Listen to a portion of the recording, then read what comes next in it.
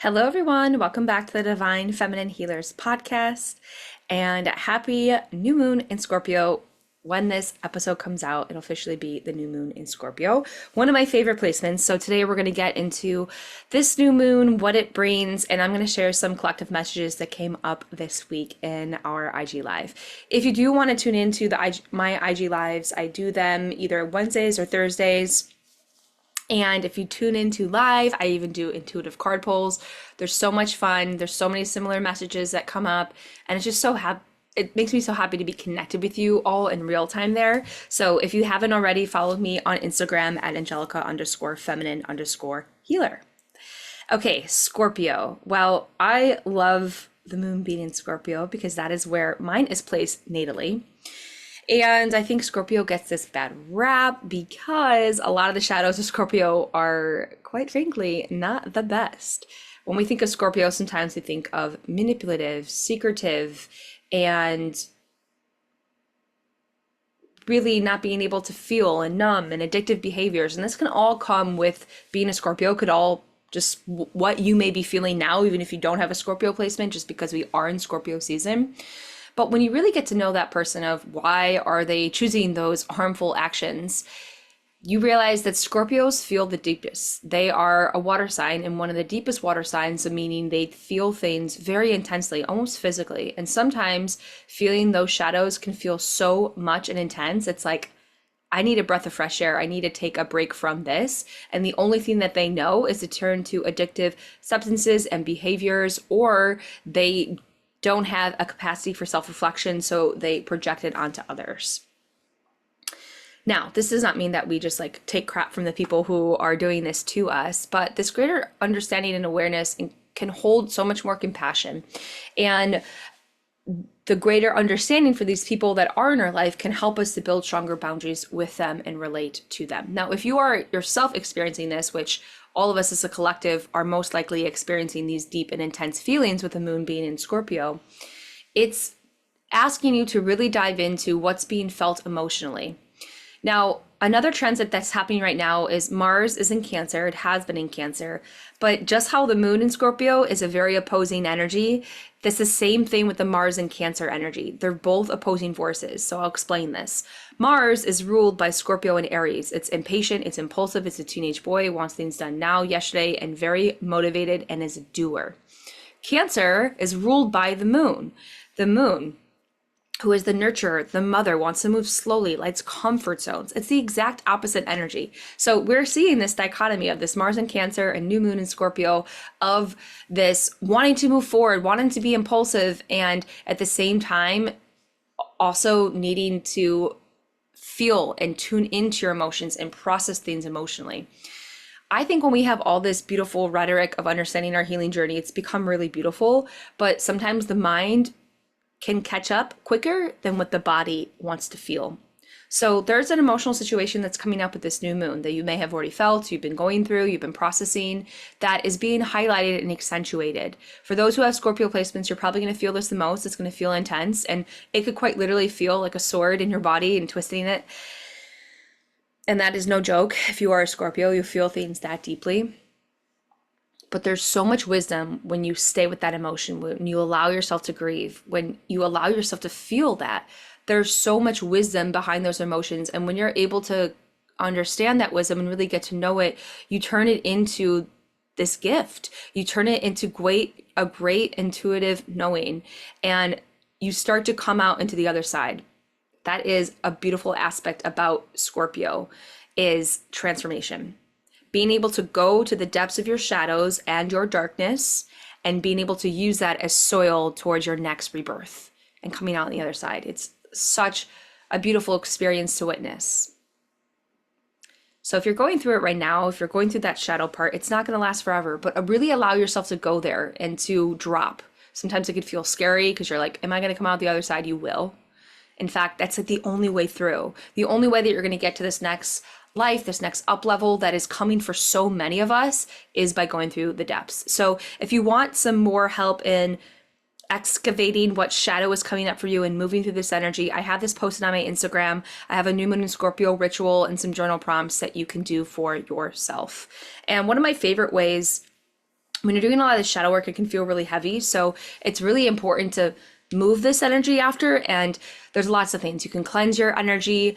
Connecting with the water element can be really helpful because Scorpio is a water sign. So taking sea salt baths or just taking a really warm shower, maybe adding like eucalyptus or something, like making it a little ceremonial, can be really helpful and kind of like clearing a lot of this energy. But for me, if I'm doing like a lot of heavy lifting and shadow work, the best way for me to get back into the light is to bring my shadows into the light. So I call up my trusted friend who can listen to all my problems and see me with total compassion and empathy and give me the exact support that I need. And I share my shadows. I share what I'm going through. And I don't feel like I'm in that alone state anymore. So there's a balance between doing the shadow work and not getting caught up into the cycles of the shadow work and staying in that darkness, is bringing it into the light. I certainly love either sharing this in a small group of community or with my best and trusted friends who can understand me and give me the support that I need. So I'm sending you a lot of healing energy because I know this work feels like no joke.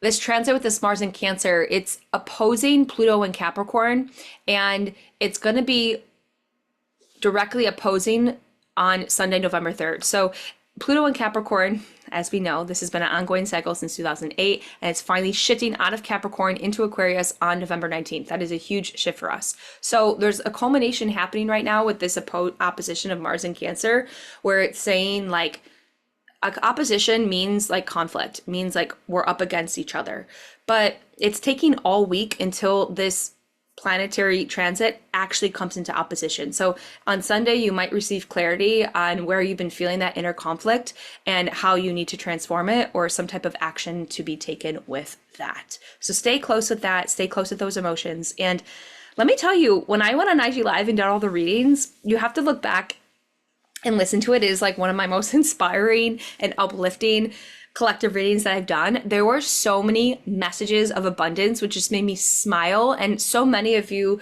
if you tuned in, your energy was so light, and that makes me so happy. Like all of you are doing that shadow work. And it's just such a good reminder of like, when you do the shadow work, like there is light on the other side, like there is a reason for it. And you are meant to have this beautiful, bright future. So the first card that I pulled for everyone was Bridget. And this was don't back down, stay in your power. So if you're like, gosh, this part is so uncomfortable, or, oh, I don't want to be stretched so thin right now, I wish I was just on the other side of abundance yet. Stay with it. Like they're stretching you right now. They're testing you in all these different ways to strengthen your power, to stand in your ground, to build resilience so that you come out on the other side even stronger than you were before. So stick with it. And then the next card that I pulled, and then I pulled this card like 5 other times in that reading, was goddess Lakshmi, which is the goddess of abundance. And I'm recording this on the Day of the Lights, which is the festival of lights honored in the Vedic culture. It's Diwali. It's a beautiful day to celebrate going from darkness into light. It's a beautiful day to celebrate goddess Lakshmi. They had this beautiful ceremony of lighting candles, and you can make an altar offering and putting sweets on the altar. It's such a gorgeous and beautiful day. So for all of that. So I love that goddess Lakshmi came on more than once, and so many collective themes of abundance. So all this shadow work, there is your future that you want, all the fulfillment that you want is coming on the other side of that. So know that, trust that, get into that vibration of feeling what that is like and being in that vision. So again, don't stay so much in the shadow work, like give yourselves breath of fresh air to come out of it. And how you can come out of it is visualizing that life in what you're stepping into and getting into that mode of manifestation. And the last card that I pulled was Goddess Sulis, who represents bodies of water. So it's a good time to cleanse your energy after you do the shadow work. So whether that is doing a little ritual for yourself of cleansing your energy, like Palo Santo, your aura, or taking a sea salt bath, or like for myself, for me, it's like getting out in nature and like calling a friend and like shaking off that energy, knowing that you're not alone. Raising your vibration again is super important. Don't stay lurking in the shadows. Make sure you come up for air because it's a lot of heavy lifting. There's so many exciting new beginnings that a lot of people are starting, and I'm so excited for all of you. Like just a lot of glowing energy and light, and makes me so happy to see. So if you're listening to this and you're like, yes, I would love to hear how this is manifesting in your life. Like it's so exciting to hear all these stories and to be inspired by everyone. And if you're wanting a full intuitive reading, I am offering one-on-one intuitive healing sessions. This is where I administer Reiki energy so I can clear any energetic blockages. And I also give you a slew of intuitive messages directly from your guides to you. These sessions have been so incredible and powerful because I get to see you as your highest self. And it is the best when you feel like someone sees you as your best self. And yeah, these messages just like, it makes me so happy to be able to share them with you. So if you're feeling called to have a session, you can sign in with the link in the show notes for a one-on-one intuitive healing session. And that is all I have for you today.